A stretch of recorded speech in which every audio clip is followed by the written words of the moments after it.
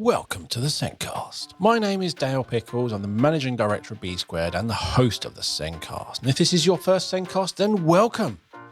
The aim of the SENCast is really simple. We want to reach lots of people and help everyone learn more about special educational needs and disability. My guest this week is Clare Williams, the author and creator of Hamish Milo Wellbeing Resources. Clare was a primary teacher, educational psychotherapist, author, speaker, and advocate for children's mental health and well-being.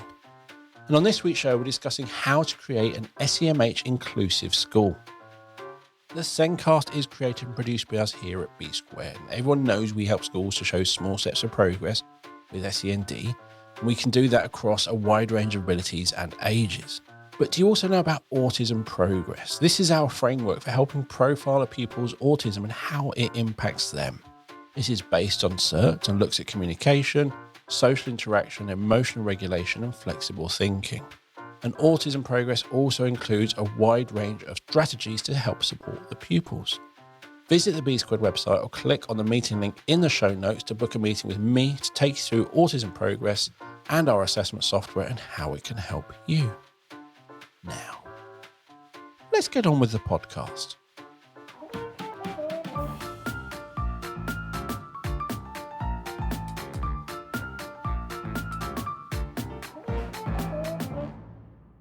In this week's show, we're discussing the principles and practice to create an SEMH inclusive school through curriculum, intervention, and staff development.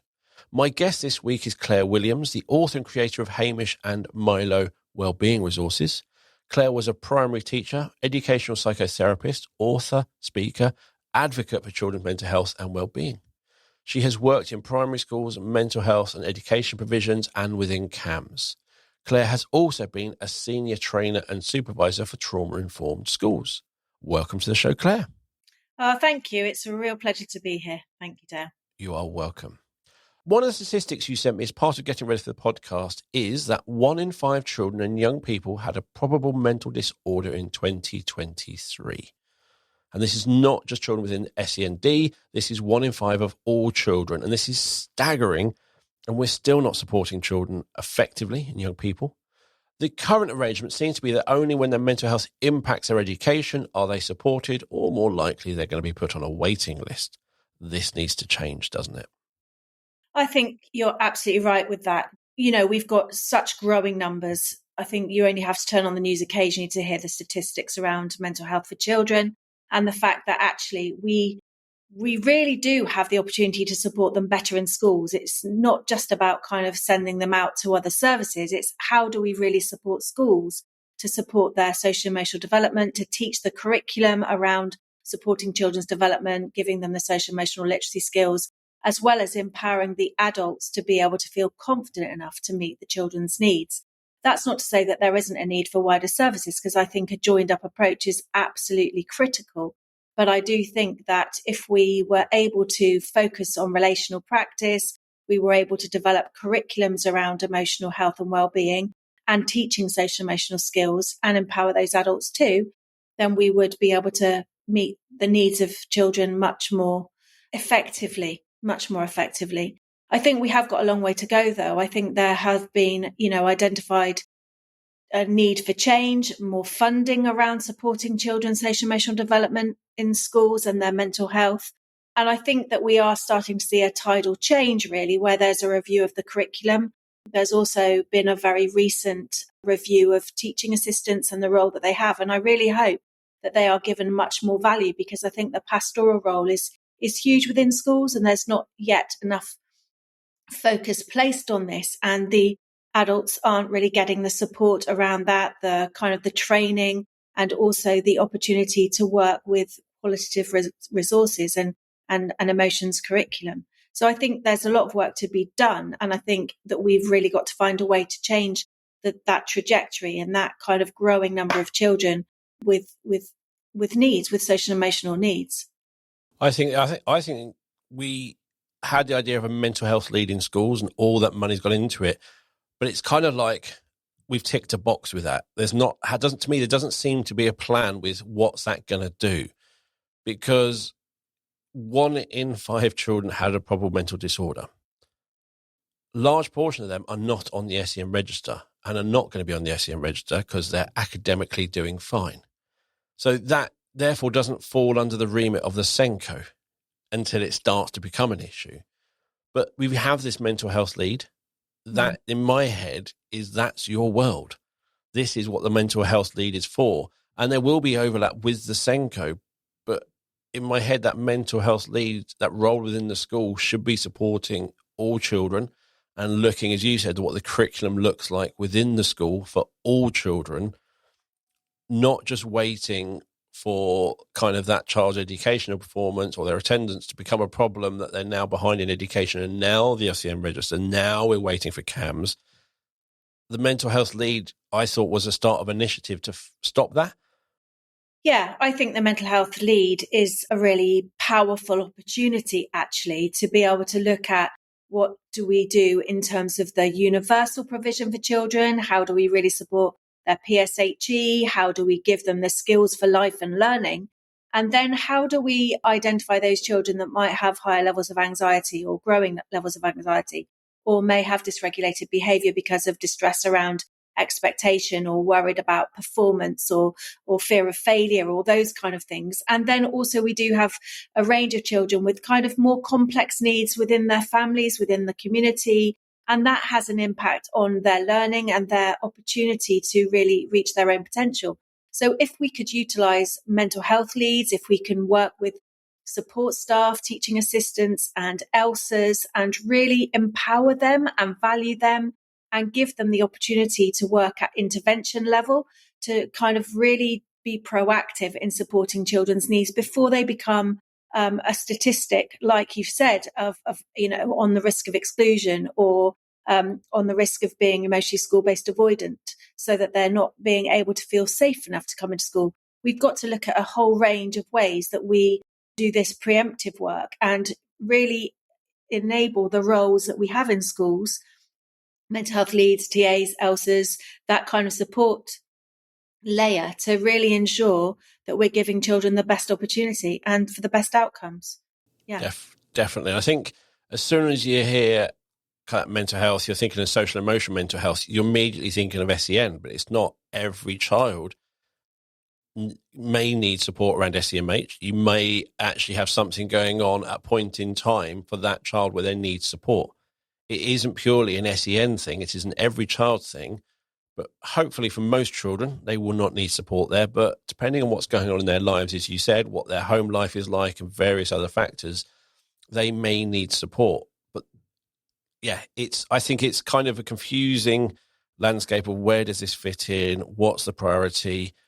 And I think what schools like is they like a guidelines. They like a framework to follow. They like to be told this is what we need to do, and this is the impact. This is the proven impact of us doing this. That will mean that by doing this, we're going to change, make a difference. I think you've got to really, in this day and age, you've got to have an evidence base underpinning the work that you're doing. I think you've also got to be led by research so that it's really current. You've also, I do agree that schools like to have, a planned structure and a framework in order to ensure that they can then also measure impact and show the difference that something is making. And I think those are really, really critical factors, especially when you've got kind of people breathing down your neck to see what is the impact of if we put in intervention or if we are supporting children in a particular way. We need to know that it's going to work. We also need to know that there's a wider kind of impact of this, that it's not just within our school, that what's the kind of the outcome wider on generations of children, and are we really meeting their needs at universal level and intervention level? So I agree. I think it's important that schools have really robust materials that are evidence-based, but also that they have the training that kind of underpins that we're really supporting staff to develop their self-confidence, their professional awareness around SEMH, mental health and children's needs. But I think also we've got to recognise that there needs to be flexibility as well, because I think schools don't want to be done to. Children don't want to be done to. It's about let's give them quality resources, quality training and also support to then be able to work with the best to meet the needs of their children at individual level, small group level, at curriculum level as well. So I think you're right, it's a complex issue, but I think we also do have to make sure that we've got an evidence-based and a research-led approach so that schools have confidence in them being able to meet the needs of children. Definitely. And I think I'm just listening to you. I can imagine the mental health lead or sitting on a training going, right, we need to do this, we need to do this, we need to do this, load of things. I can see the impact. But you've then got to convince the senior leaders that they've got to change a system which the senior leaders believe is working perfectly fine. And again, a framework helps you structure that kind of argument that actually I think we should do this. It goes against what we currently do, but actually here is some evidence. Yeah. Because that's the thing is lots of schools, and you see it across the news, is, they just need to learn resilience. This is the way it was back in my day and all this sort of stuff. And we don't need to change. It's their fault. It's their problem.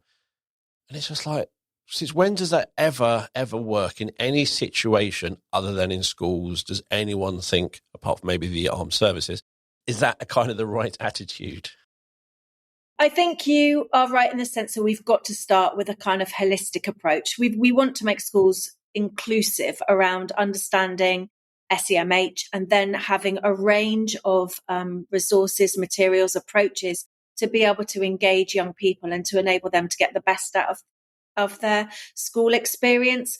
But you're right, we have to start with the culture of the school, and that's led from the top, isn't it? It's led from the senior leaders understanding. It's also about really setting a culture of relational practice. And the work that we do with Hamish and Milo is very much about looking at that holistic whole approach.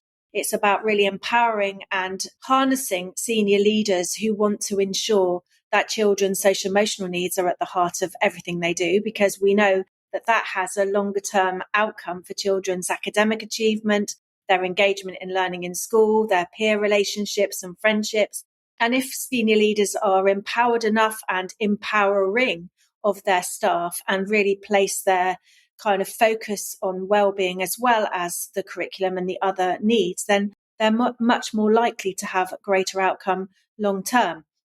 So I think it is important that we focus on senior leaders, that we offer training for that we have opportunity for senior leaders to talk to each other about and understand relational practice. And then it's about then empowering them to give trust to those adults that are doing that day-to-day work and building children's confidence through SEMH intervention programs, through PSHE curriculums, through the culture and the relational practice that is every day, so that schools feel like safe places, engaging places, creative places, so that we're really enabling children to feel that they want to be at school rather than it's a place that's a fearful place or something that's going to mean that I can't achieve what I want to achieve.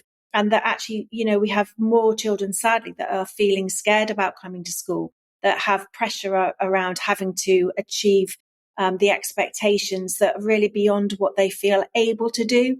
And we do have, sadly, as the statistics show, more children that are coping with adversity, coping with the cost of living, coping with, the impact of COVID. And, this is everyday experiences for these people, these young people. And we need to be able to have schools that feel safe to come to, that enables those children to feel that they can thrive, that they can make relationships, that they can actually use the skills of being able to calm themselves down in order to be able to engage in learning. But the environment has to be set. The culture has to be set by the senior leaders, and then the relational kind of way that the staff are empowered to work and to engage children and families as well. I think the other thing is we've got to think wider about children's wider context, the communities, and how we enable parents to feel safe to come into school too, because that also has a huge impact on the trust between the children, the families and the school. And that partnership working, I think, is important. Yeah. And if we look into, I think there's some research done not long ago, I'm not going to quote it on numbers, but I believe it was something like 60% of time, it might be in a secondary school, was spent on dealing with behaviour. So out of all the issues, all the stuff the teachers had to do, the biggest part was managing behaviour. And it is you're reacting to things that have happened.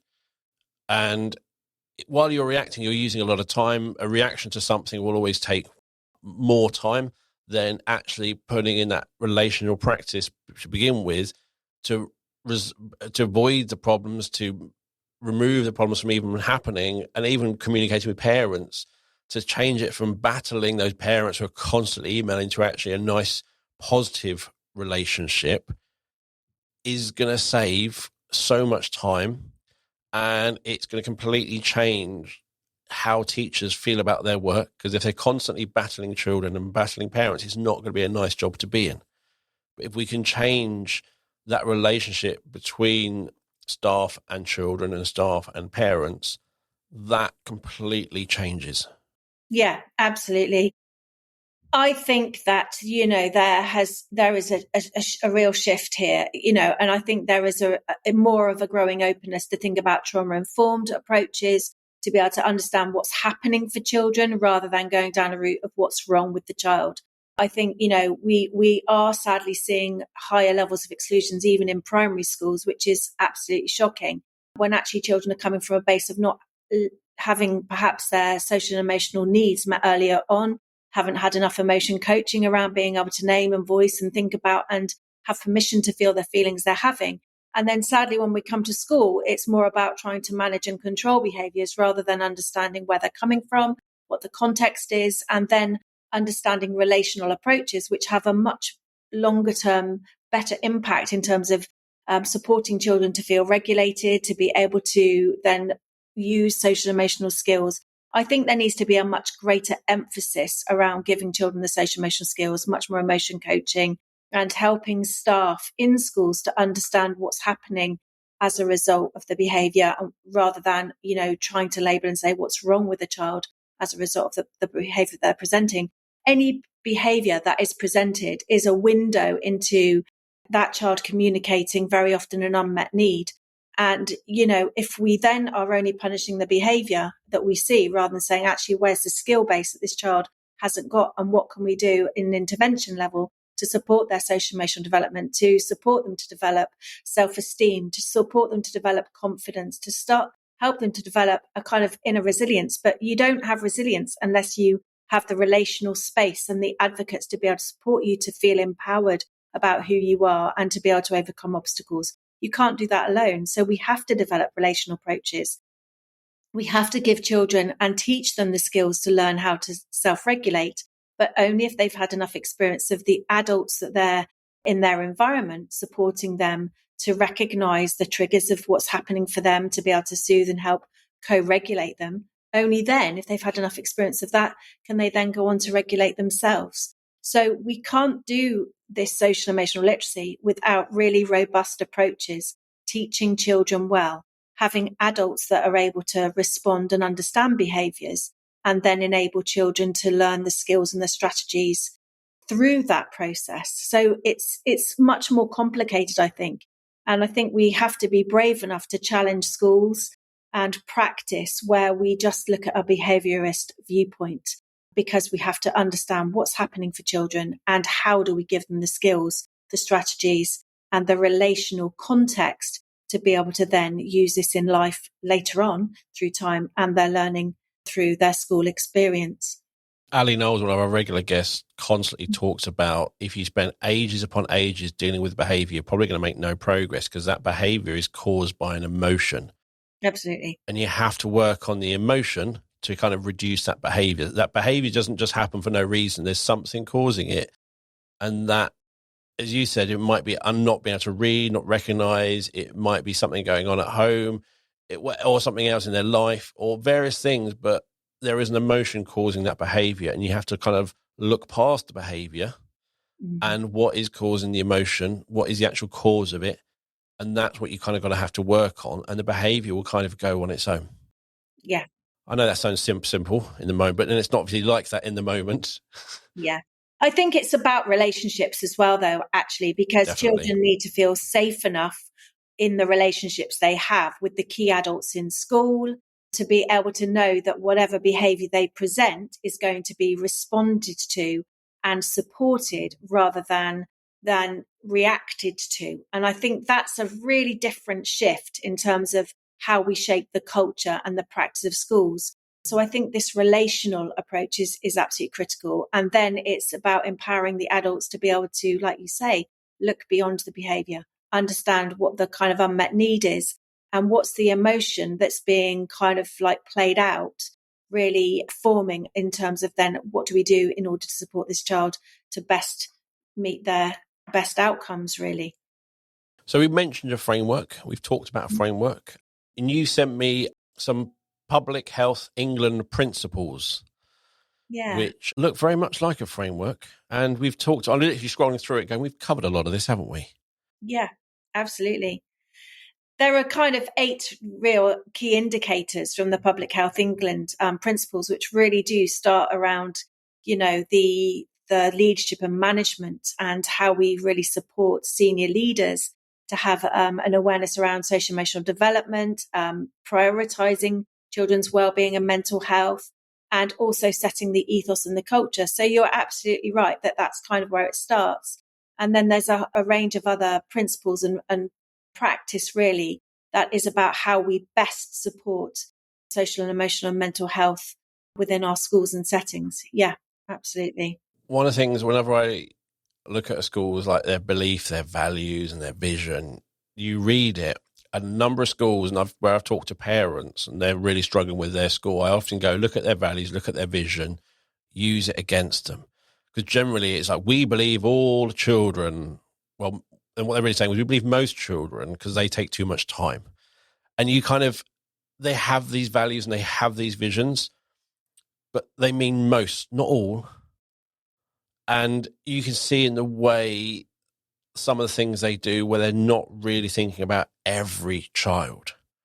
Actually, they really need to think about. So if you have your values, your beliefs and your vision in your school, are you thinking of it for every single child? Yeah, or are you thinking it like for the typical child? And as your school's getting more complex, how those values, beliefs and vision should stay the same, but maybe what it looks like in practice should be changing. Yeah, it's just brought to mind the kind of, I feel like I'm a million years old, but the Every Child Matters agenda, which was really about, really trying to place children at the heart. And I think we've got to come back round to that. So we can look at a kind of an approach where every child matters, belonging, children feeling that they are really safe and part of a social group and a community. I think that is really at the root of the values and the vision and the ethos of what we need to be creating. Relational practice, that real sense of togetherness, belonging. And I think there's a phrase which is about social connectedness. And I think that's one of the things that we really, really promote with the work that we're doing with Hamish and Milo, is just really about trying to enable children to feel safe within the relationships they have with the adults around them, but also their peers. I think there's a real opportunity, and through the work that we're doing, we're really trying to foster that peer group connection and that real sense of feeling that you are part of a whole community group. That's huge, I think. I remember when I was a governor, they talked about having a creative curriculum. And, we have a really creative curriculum between 1 and 2 on a Wednesday. And they say we have this, but it's shoehorned into a little box. And I think sometimes when schools talk about how inclusive they are, they tick off all these things they do, but is it really woven through everything they do? And my favorite definition of inclusion, it's not what you do, is does the child feel included? If you have a long list of things you're doing, but maybe you're not doing them well, maybe it's not woven throughout the entire school, maybe one teacher's doing it, it's finding out from the children and the parents, do you feel included? Yeah, absolutely. It is that inclusivity, isn't it? And I think belonging is the key word for that. And, how do people feel within that relational context of the school? That has to be at the heart of it. Yeah. I think the other key thing there, and one of the other key principles, is about enabling children's voice to be heard. I think, you're flying through these things. Children's voice. We're only just getting into 2 at the moment. Sorry, I get overexcited, don't I? Because we're already number 2 is ethos and environment, which is exactly what we're already talking about. And that comes from the leadership and management. They always set, as you said earlier, they set the tone, they set the direction, and what that looks like in the environment is always down to the leadership. But as we were just saying, that environment, not doing it in isolation, that kind of that inclusive, supportive mental health environment needs to be throughout the entire school, not a tokenistic bit at some point, or let's just do this because that way we tick a box. It should be woven throughout everything the school does. Yeah, definitely. Number 3 is curriculum and teaching and learning. Yeah, so I think this, I have a background around PSHE, and I think that this is an area that is often kind of the one that's squeezed out in a curriculum, when there isn't enough time for it. And I think it's absolutely so vital that we have a taught curriculum around explicit PSHE, and the kind of mental health and wellbeing strand, I think is absolutely vital. Well, all of it is really vital, but I do think that there are gaps around an emotions layer to that. But I think it's so important that we really do make sure that children are taught the social emotional skills around resilience, around friendship skills, how to, navigate friendships when they go wrong, in order to then, give you those skills for later on, even intimate relationships. You learn the basics in friendship in your social emotional skills at primary school. How also do we enable children to develop awareness around how to recognize the feelings that they have within them, angry feelings, frustrated feelings, nervous feelings. How do we give them all of that language? So I think it's absolutely vital that we do have really qualitative PSHE, and to really recognize that is the universal layer, and to recognize that all children deserve that. But of course, there are children that need additional, more targeted intervention too, which I know we'll come to. But I think it's really important to recognise that range, but also that all children deserve that taught curriculum around social emotional development. I was at a friend's house recently and watching some TV with their children. We were watching the Sickly Sweet Hannah Montana. Mm. And I'm watching it going, God, this is so bad. But I'm watching it, and basically every episode deals with an issue. And I'm watching it, and this was basically in the episode, she was kind of putting off spending time with her dad and spending it with her friends, and actually the impact that had on her dad, and she didn't realise, and they all made up happy ever after.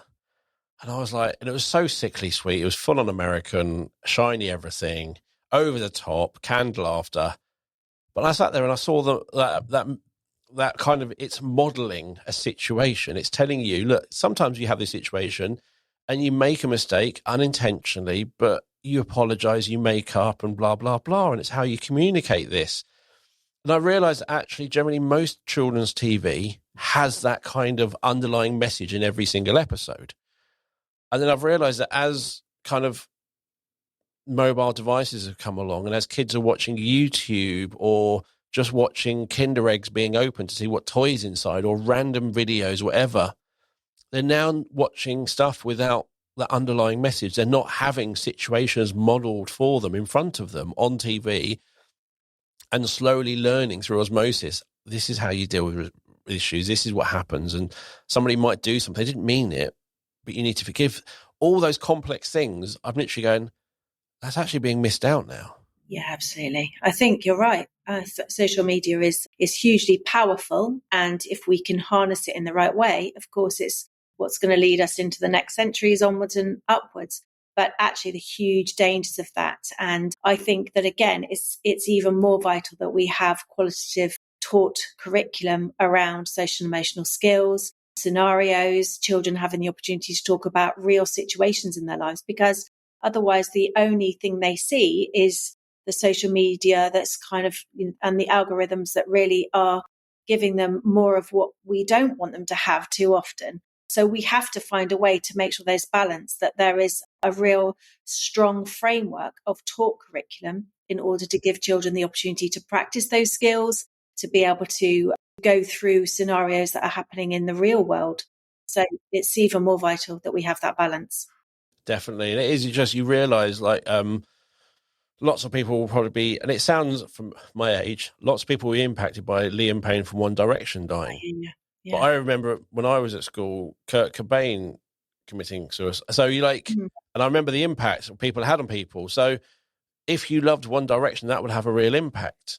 Right. So actually that is a real big learning opportunity to discuss how people feel, how it impacts everything. So there are things that happen in the real world that you can use as part of that. And you can look at maybe how people react on social media and go, is that something you would want to happen if this was in your family? Yeah. So there's lots of learning opportunities, isn't there? Yeah, and mental health, and the risks if we don't do this well, the risks of suicide and, self-harm, all of those kind of layers, which really are a way of saying that actually we're distressed and the world is a distressing place to be. And we've got to have the conversations and support children with such significant issues such as loss and bereavement, and being able to have safe conversations and being able to share their experiences. So I think that this is huge in terms of now, how do we really make sure that we are giving children the best opportunities to develop that social and emotional skill base, really, to be able to then navigate a really, really complex and changing world. Very complex. Life was so much simpler when we were young. Oh, those are the days, eh? Those are the days.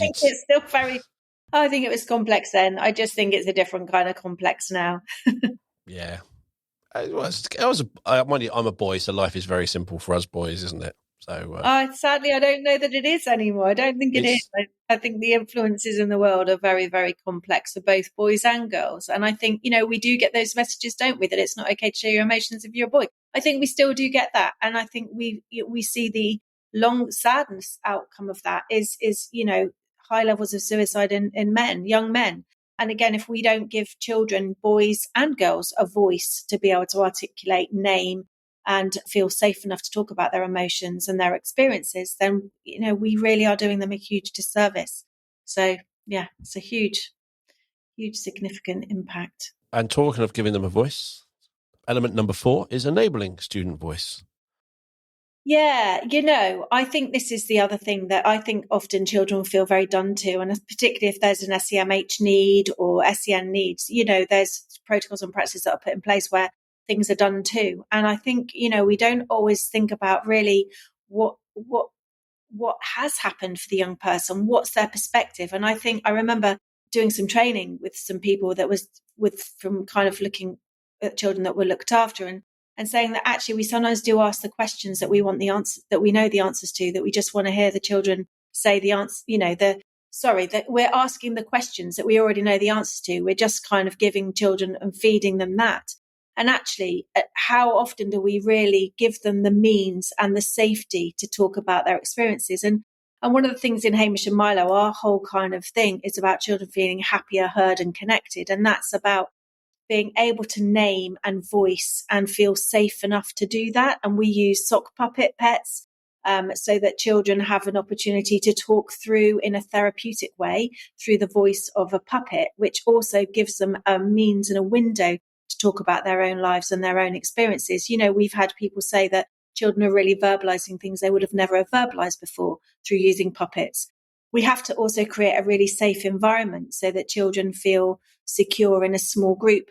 And in our intervention groups, that's one of the other key things. A small group with a key adult that they feel relationally connected with, and they're able then to explore and talk about things in a smaller group situation, because children in a big class group won't necessarily share as much as they might if they are in that kind of safe, secure, kind of nurture environment. So I think that's one of the other things that, you have to create the right environment. You have to be able to give children a means and use the arts as well. So we use a lot of the arts in order to enable children to express themselves. So it might not be direct expression. It's more a means of showing us how a feeling might look like or how it might feel, rather than just using words. Because again, sometimes children don't know how to express their experiences. So I think there's a whole way that we need to make sure that children's voices are heard, expressed, and that we are then able to respond to them so that they actually feel really listened to and valued. And that's the thing. I think that final bit about listening and responding is, I think some schools forget that part. Again, it's kind of, right, ask them what they want, ask them, we'll do school council, or we'll do this, we'll do that. They've given us the information. We're not going to do anything because we can't. And then we move on. And if you're asking someone for their opinion and you do not listen, if a friend did that to you and then completely ignored what you said, you'd be like, yeah, I'm not really going to trust you again. I'm not going to open up to you again. So if you're asking your children to open up and to share, you have to respond. You have to respond to the information they're saying. You can't, if they ask for a swimming pool in the school, that's obviously not going to happen.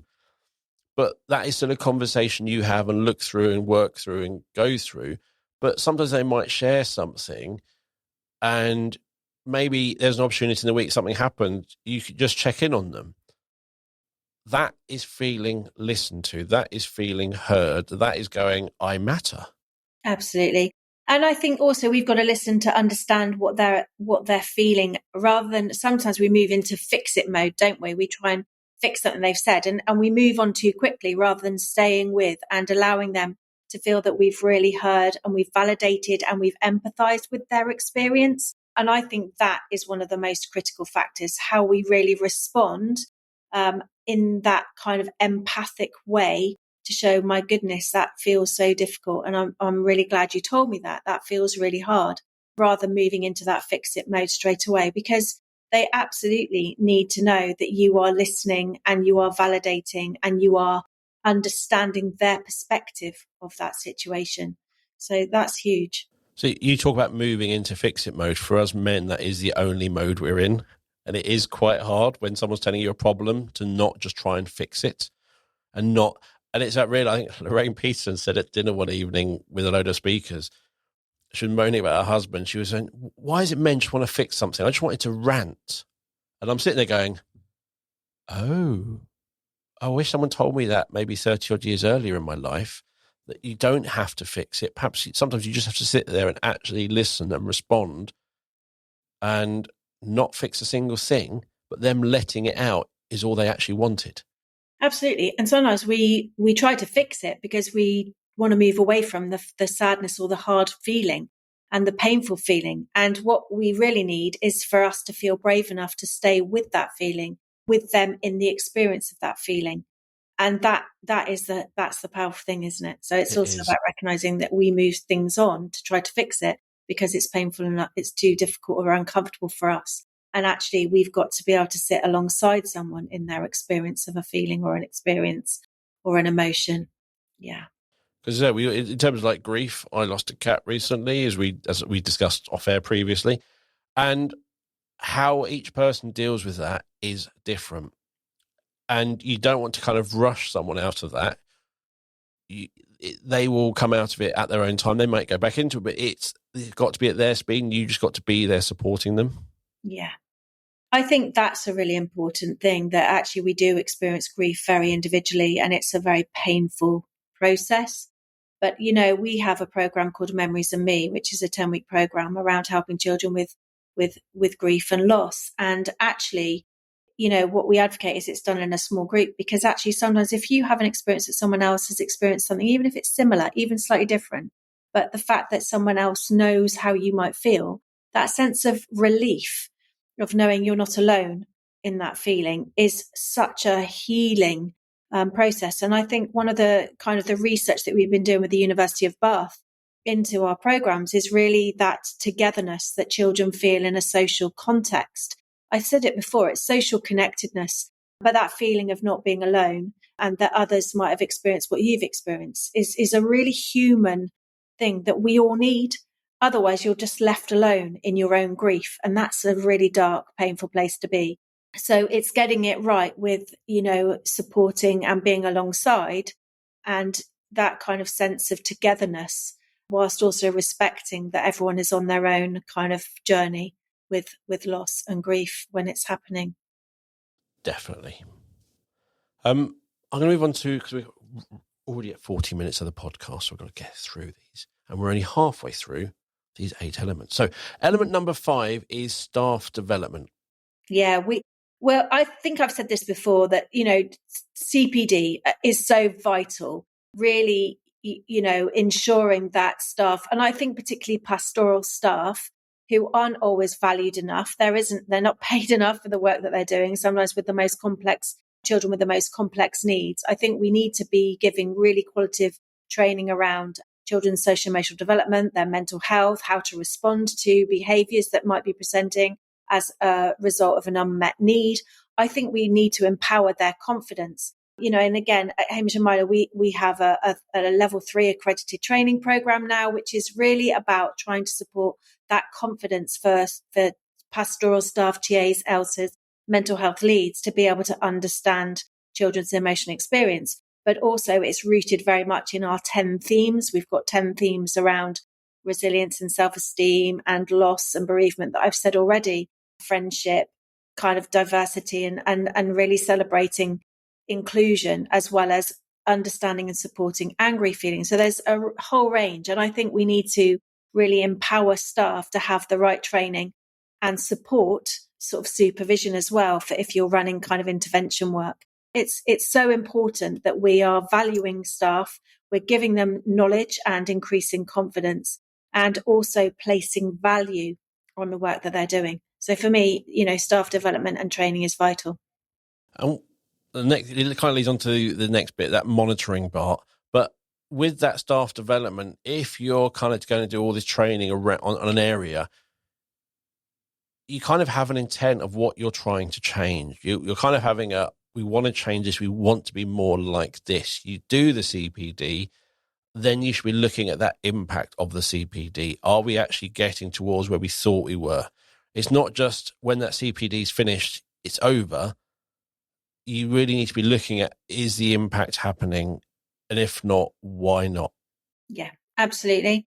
I do think that's vital. I think, but also it's really important that those staff feel supported ongoing, even after their training, which is why, again, we offer half-termly supervision. We offer a kind of network to be able to come together to think about individual children that you might be working with, thinking about the impact of the training and how that might have opened up ways of working, and then what the ongoing impact of that is. So I think it's really important that that's built in to a structure of supporting staff, longer term, rather than just, training that just might be a drop in the ocean, really. It's really vital that there's that really strategic approach in how we support staff. Definitely. Number 6, I sound like I'm doing a chart show. In 6, identifying need and monitoring impact.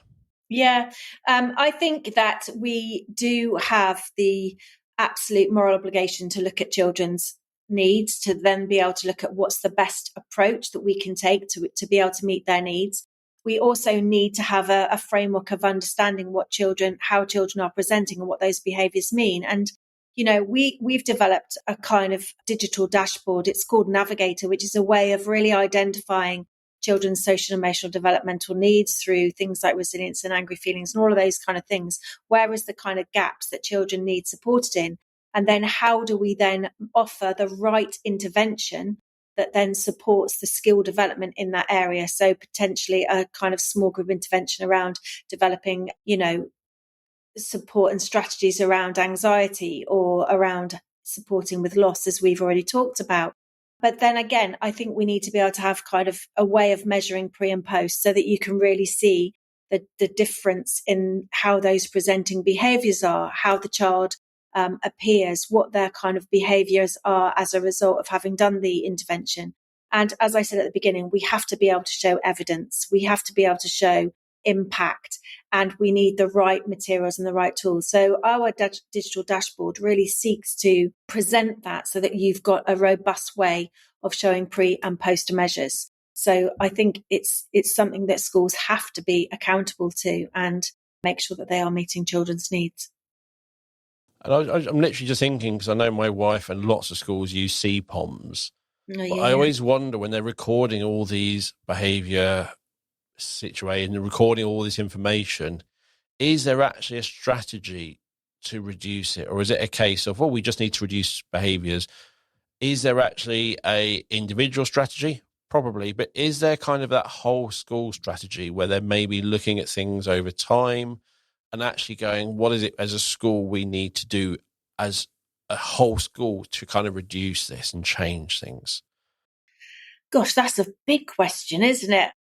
Really, I think, we have to have a strategic approach and training at staff level to understand how we recognise presenting behaviours, how we then have ways in which we've got a kind of range, a graduated response to be able to respond to presenting behaviours, and also knowing what is right to record. Because again, I think sometimes we can create an unhelpful kind of script around a child, behaviors that then are where the child is then judged rather than it being an indication of what the needs are being met. So I do think it has to be strategically understood. It also has to be that there are a range of ways of responding when you've begun to identify children, and that key interventions are then put in place in order to support that child and to make sure that their needs are being met. So yeah, that's a big question, but I think it's vital that we get this right. To me, there should be, but there are lots of things where I talk to schools, ask a question, they're going, oh, we don't do that. Partly because you haven't got time and things like that, but it's one of the things that taking that step back and having a bigger overview and using that to inform change can reduce those smaller bits. Yeah, definitely. Number 7, targeted support. Well, this is kind of where we really sit. Hamish and Milo is a set of 10 emotion themed programs that really sits along PSHE that really enhances the teaching and learning of social emotional skill development. So it is, as I've said, things like anxiety, angry feelings, loss and bereavement, resilience, looking at sadness, conflict resolution, and change and transition. So it's really targeted intervention support to then really build over time a way of really shaping those children's experience of the world, but also learning specific strategies and skills that then they can take back into the classroom, that they can then use at home, that are kind of transferable and really enable them to also have a greater understanding about their own emotional development, their own emotional regulation, and to be able to recognize their own triggers as well. So it's, I think, really important that we do have that enhanced layer that sits alongside PSHE that's much more targeted. It's part of your graduated support plan, and that we're really then enabling children to have qualitative ways of developing their social emotional skills. Definitely. I think in the end as well, what you're aiming for is less dysregulated behaviour. You're aiming for children to be engaged in their learning more. You're stopping them from feeling too anxious about coming to school. So there's such a wide breadth of how that will enhance their school experience.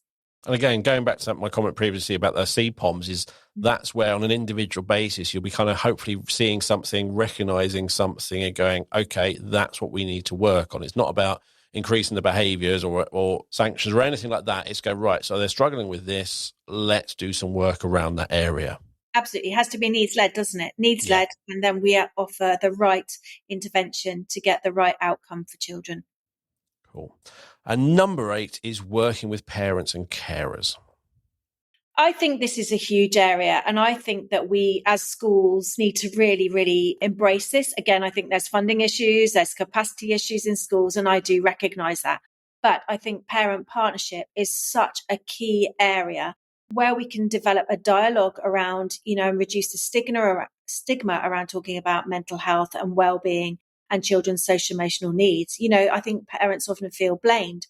And actually, we've got to bring them alongside, bring them into the fold, help them to feel that they can come into schools, that they can have those conversations in a way that feels that they can have a trusted relational response from schools as well. And we, again, this is an area that we really wanted to focus in on. And we've developed a program called Families Together, which is a 10-week program for parents, which gives them an insight into each of the Hamish and Milo themes, but also gives them a chance to be alongside their child and to do activities with their children too. So they're coming into the school, they're coming into the domain of the children and not just focusing on phonics or maths, but actually thinking about the relationship they have with their children, understanding how to even support their children's self-esteem, thinking about how to build children's resilience, and all of those kind of areas that, I think many parents are crying out for, but they need to do it in a way that's not judged.